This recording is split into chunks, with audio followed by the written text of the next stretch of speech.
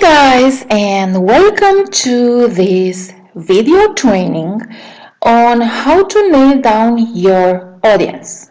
And this is super important because if you get this wrong, your entire media strategy will not work for you. I mean, yes, you'll still get some awesome media opportunities, but in the end, you will not end up boosting your brand and building that email list.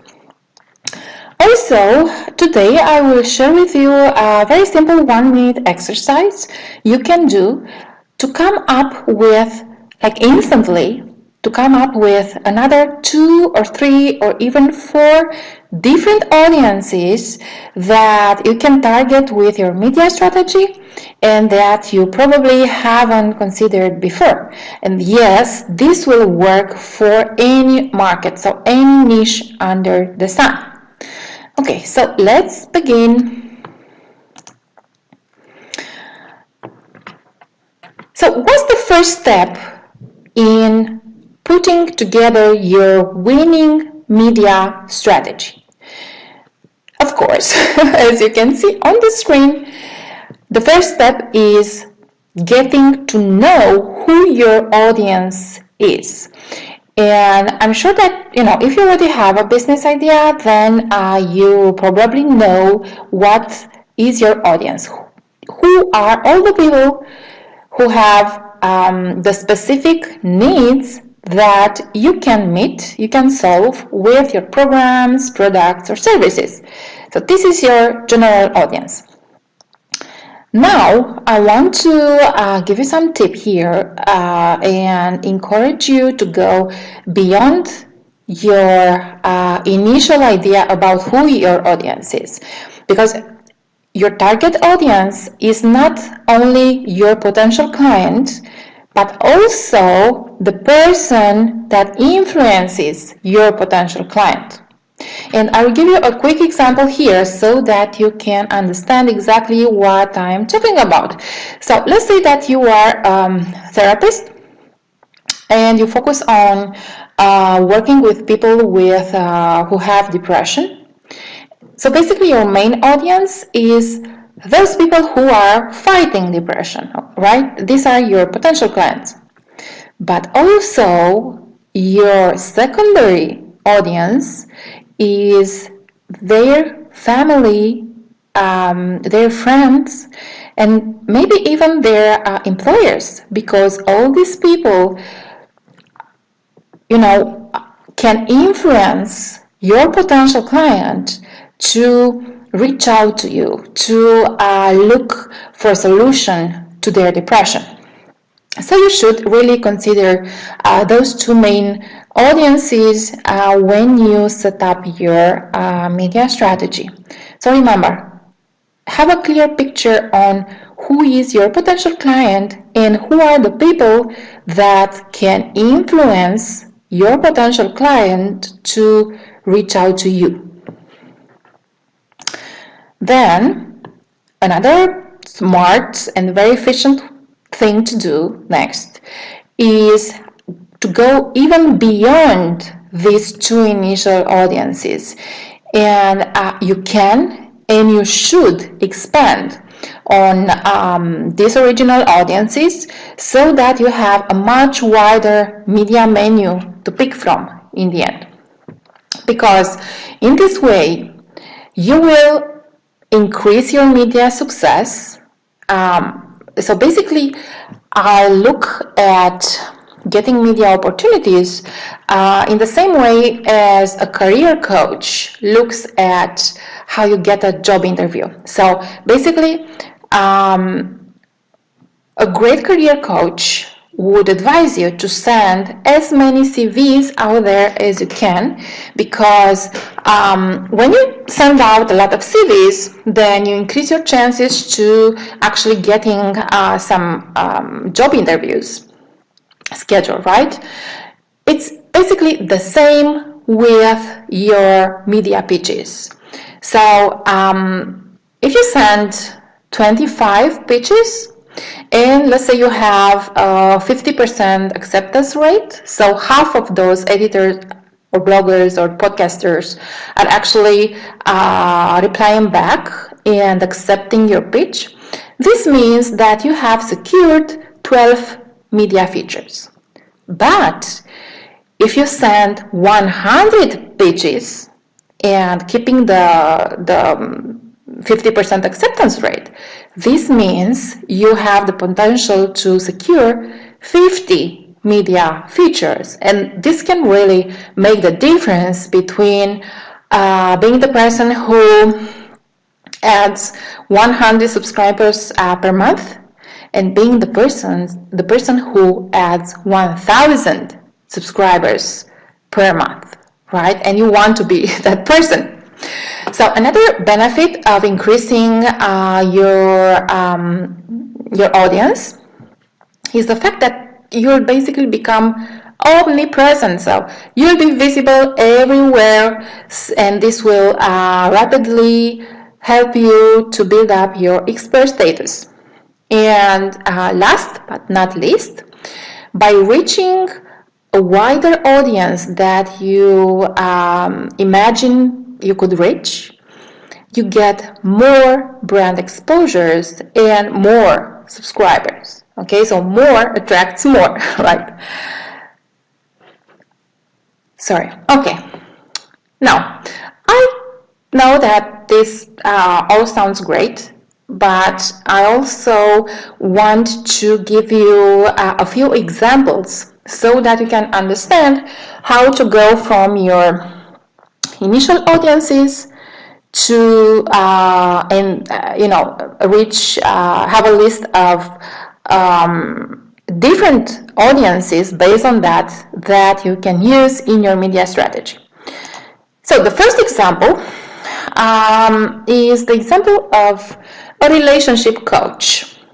Okay, so let's say that you are a relationship coach, and I know that a few people from my audience that are watching right now are actually a relationship coach.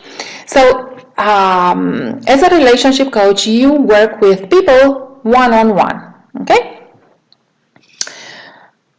this means that your audience, your potential clients, probably read articles and listen to podcasts focused on a lot of different topics, not only relationships, right? And these topics, they all depend on their lifestyle, where they are in their life, if they are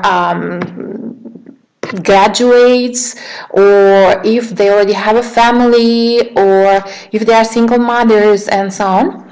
And also based on their personal interest, because they will have different interests, different hobbies, different favorite topics they read about online. So what this means for you is that you can target at least the following 4 different audiences. So an audience who is interested in relationships, and this is of course your main topic.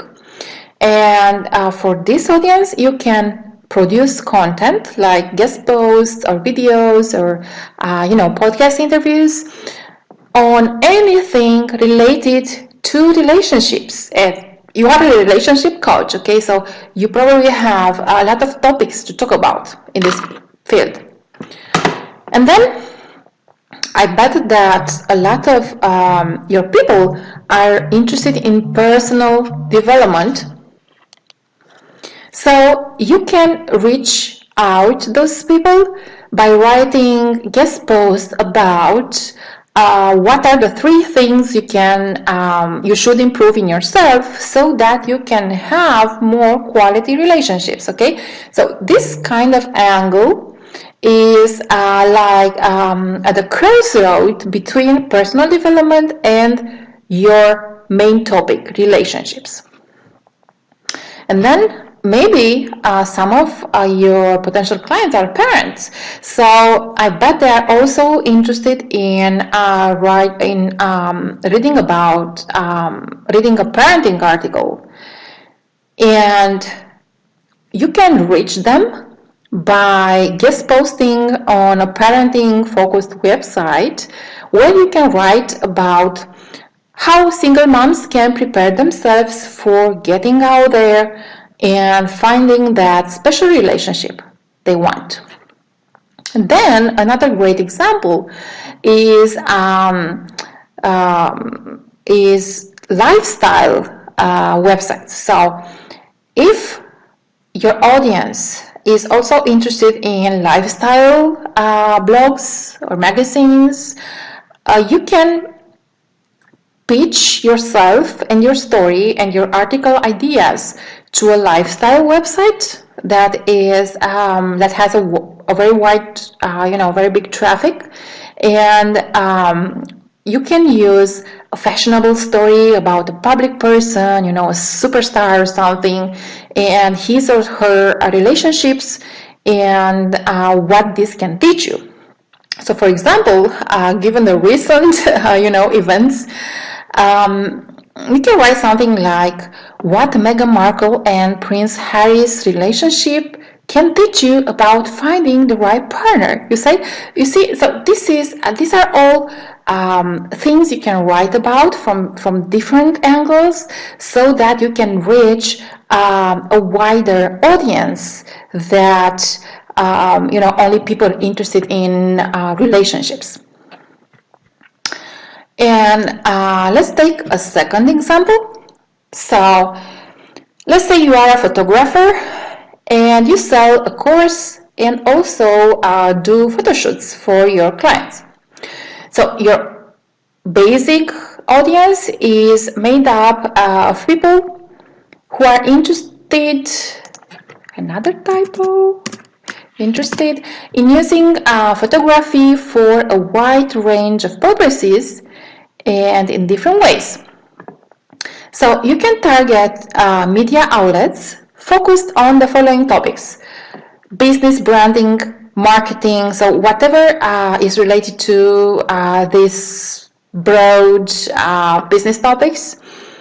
You can probably write an article about, for example, what types of photos you must have for a winning marketing strategy, or for a successful product launch, or for very well put together social media strategy. And then you can also find media opportunities on outlets that are focused on personal development. For example, you can write a guest post about the power of photography as a hobby that can clear your mind, and or that can boost your creativity or something like this. And those are so basically what you do is you take your main topic and you package it in a way that it's easy to pitch to different media outlets, no matter what their favorite topics are. Right? And this is a real smart strategy to use. So going on with our example, you can also write for a parenting or family-focused website, or you can be invited as a guest in a parenting-focused podcast, and you can write about, or you can speak about, you can share some tricks, some tips that can help people make the most of their family photo shoots, right?